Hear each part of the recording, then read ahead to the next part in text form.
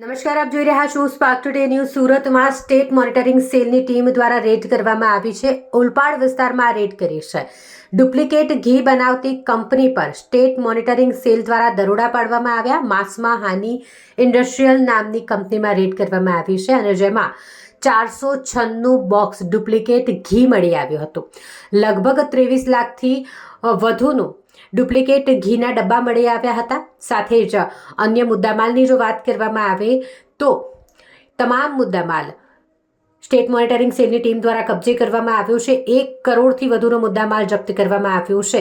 સાથે જ state monitoring સેલની ટીમ દ્વારા આ મામલે 2 આરોપીઓની ધરપકડ કરવામાં આવી છે।